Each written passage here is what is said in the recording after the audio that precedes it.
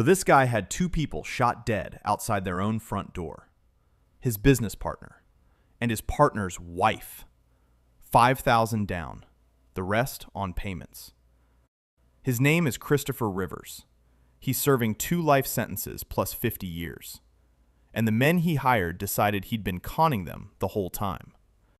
Because Rivers never actually paid. He had 2 people killed on layaway.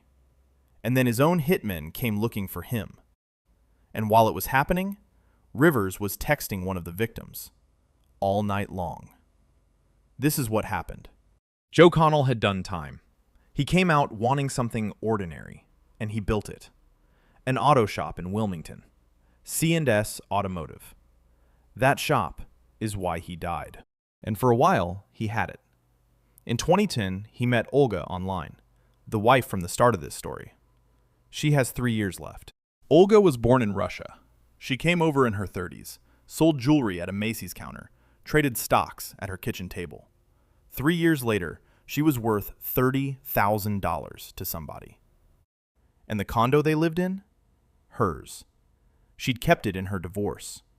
He moved in with her. They got married on June 7th, 2013, a private beach ceremony on St. John. That marriage lasted 107 days. And every day, across that office from him, was his business partner, Christopher Rivers. On paper, the two of them were doing fine. In late 2012, Joe and Rivers borrowed just under $1 million to finance the shop. Susquehanna Bank had one condition. Each partner had to take out life insurance on the other. It's called key person insurance. Completely normal. One of you dies, the payout clears the mortgage, and the survivor keeps the business. Joe's policy was $977,500, issued October 10th, and the beneficiary was Christopher Rivers. On paper, it was a safety net. That is the entire point of it. 11 months later, it was the reason 2 people were dead. Joe had no idea who he'd just signed that with. Before the partnership even started, Rivers already had 3 judgments against him: $15,000, $114,000, and nearly $28,000 for a boat. The man got sued over a boat. He and Joe both had ATM cards on the business account. Between December and September, Joe took out $6,000. Rivers took out $19,000. By that summer, the shop's checks were bouncing. Checks for parts, for supplies. And in September, for the first time, the mortgage check bounced. The mortgage. The one the insurance was attached to. So on September 17th, Rivers' mother gave him $26,000 so he could buy Joe out of the business, clean, and just walk away. That deposit took his personal bank account from $76 to $26,076. Within 2 days, he'd written $10,000 of it to cash and moved $11,000 into a joint account with his girlfriend. Joe Connell had 5 days left to live. Except the plan was already months old.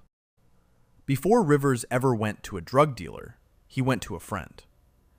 Harry Cook had put real money into C&S. Cook worked at the shop, sold Rivers his Percocet, and over time, loaned him about $140,000.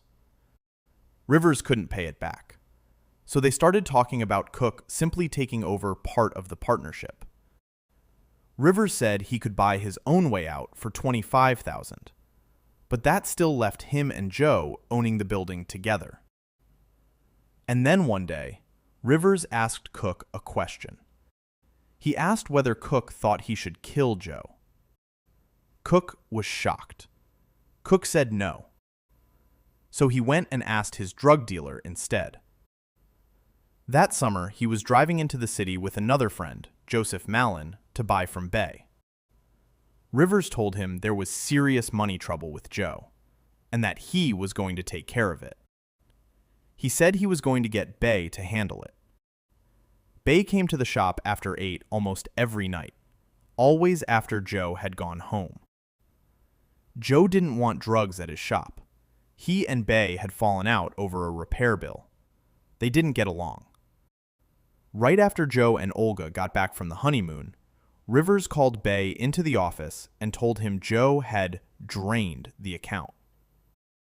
Joe drained the account, says the man who took $19,000.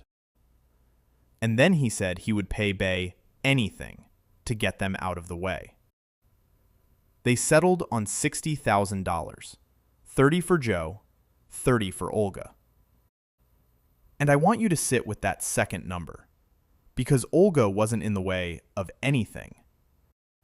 Bay testified that Rivers wanted her dead because he was afraid that if she lived, she might get a piece of the insurance money. He told Bay that if he could make it happen, he'd pay him $2,000 a month for life. He offered the man a pension. Then he handed over $5,000 because Bay told him he needed it to start making calls.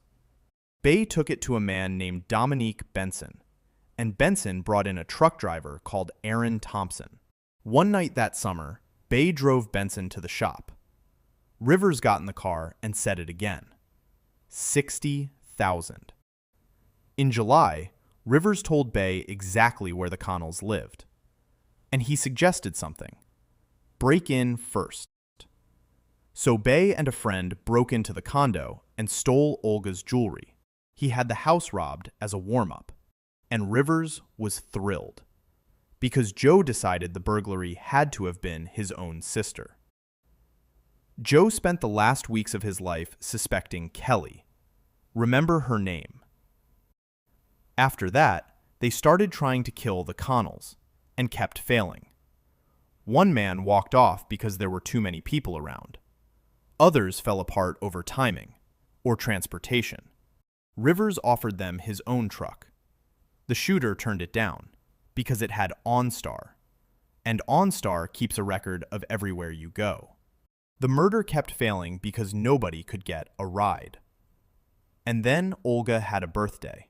Saturday, September 21st, 2013. Olga's birthday. She and Joe went out with friends to a restaurant called Firestones down on the Wilmington riverfront. Christopher Rivers was supposed to meet them there. He never showed up. He was never coming. What he did instead was text Joe all night, wavering about coming, asking where they were sitting, asking what time they were leaving. Around 7, Rivers had already messaged Bay, the middleman, to say the Connells were heading to the riverfront. 10:41, Bay messages Rivers. Rivers immediately messages Joe, quote, "Where are you guys sitting? I'm on my way." He's not on his way. He's taking attendance. 11:15. I have to go home and get my license. There is no license. 11:34. You guys aren't leaving, right? Should I come back down, or is it a waste of time? 11:38. Joe writes back that he and Olga will be out for about another hour. That is the last helpful thing Joe Connell ever did for anybody. He thought he was answering a friend who was running late. 11:43. Rivers texts Bay. 11:44. Bay calls Benson. 11:45. Benson reaches the man with the gun. Midnight. Their friends head home. Joe and Olga stay a little longer. 12:05. Rivers calls Bay. And then every phone in this conspiracy goes quiet. For 2 hours and 11 minutes, nobody calls anybody. There had already been one attempt on the Connells that night, and it failed. The shooter was in position when the Connells first came out, but there was a tree in the way, and he saw them too late. So he decided to wait, and do it when they came back. They came back. It was raining hard. Olga was at the front door of 84 Paladin Drive, key already in the lock. 1:28 in the morning. A call comes in to Newcastle County Police. Shots fired. A woman bleeding in front of the building. The first officer arrived to find paramedics already working on Olga on the sidewalk. She died at the hospital. Joe was face down in the shrubs beside his own front door, phone still in his right hand, wallet still on him. Nobody had taken anything. That was never what this was. It rained so hard that night that the police had to cover the evidence with plastic sheeting to keep it from washing away. 5 9mm casings near Joe.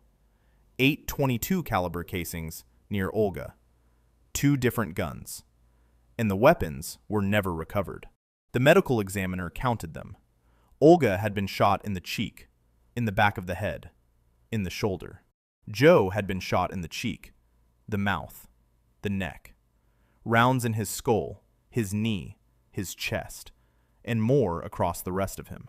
90 minutes earlier, they were still at that table on the riverfront, celebrating her birthday. 13 minutes after the murders, a phone lit up a mile away.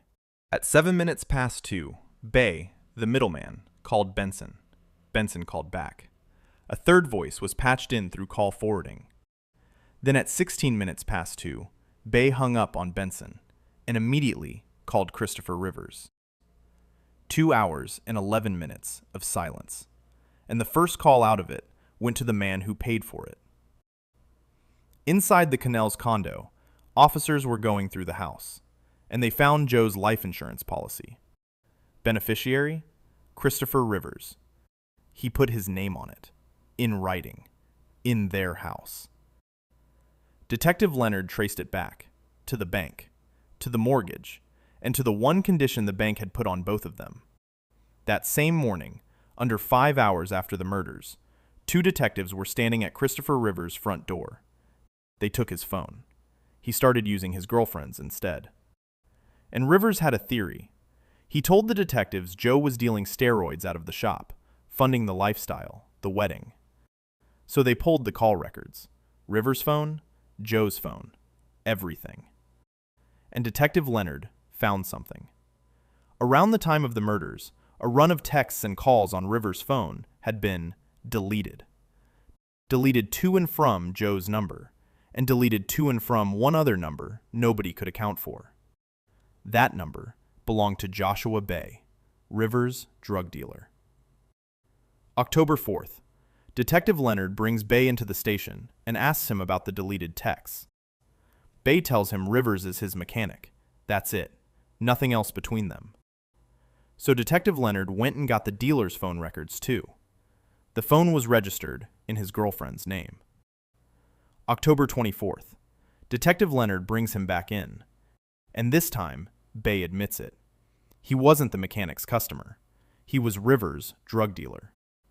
They took his phone. The next morning, they arrested him for lying to the police.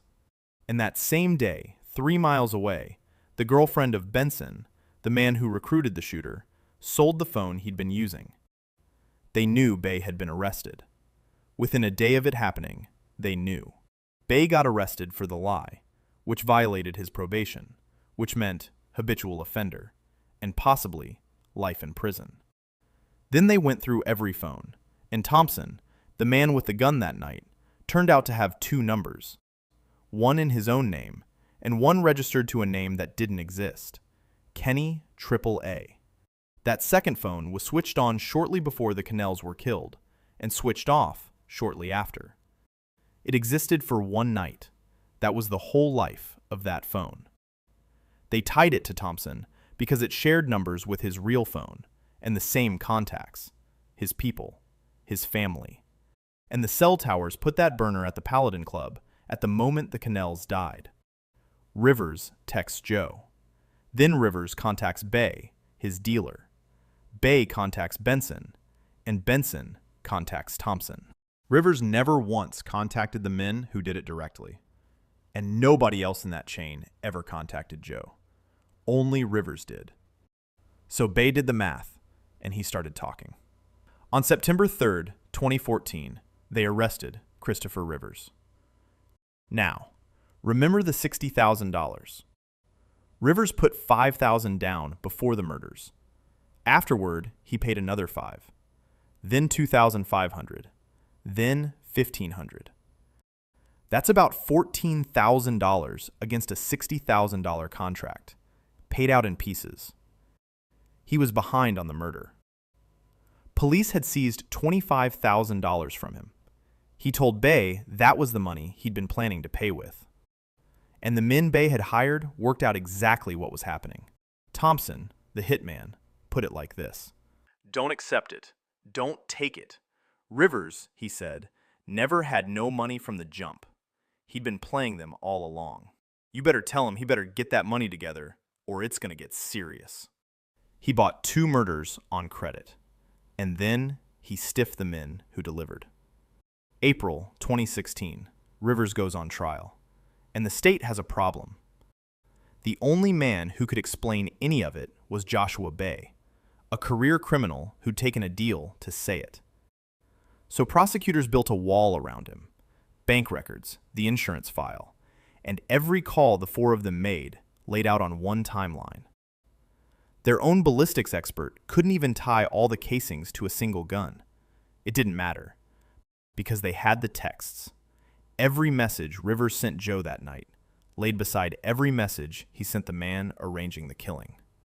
On April 29th, the jury convicted Christopher Rivers of 2 counts of first-degree murder, conspiracy, solicitation, and 2 weapons counts.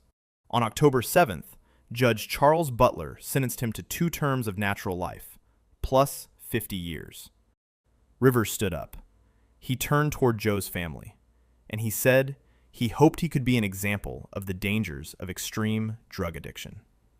Drug addiction, not the $60,000, the drugs. And then he said, "I'm sorry." That's it. That's the statement. In the evaluation he gave before that sentencing, he was still claiming he had nothing to do with any of it. Then Joe's sister stood up, Kelly Connell, the one Joe had spent his last weeks suspecting of robbing his own house. "We lost the heart of our family," she said. "He has caused so much pain for so many people," she said. And afterward, the prosecutor put it plainly: a selfish, narcissistic manipulator. Thompson, the man Benson brought in, got 2 life sentences plus 45 years. Benson himself was acquitted of the murders, convicted only of conspiracy. Bay took a plea. Christopher Rivers is still in a Delaware prison. His conviction was upheld in 2018. He is going to die there. Here's what I keep coming back to. That insurance policy existed because a bank made them buy it, to protect each other. The most ordinary piece of paper in any partnership in America. And it's why Joe and Olga only ever got 107 days. Harry Cook got asked that question and said no. What would you have done next? Tell me in the comments, and be careful who you trust. And take care of yourself. Everything you saw here comes from public court records and news reporting. The images are illustrations, not real footage, and all of it is true.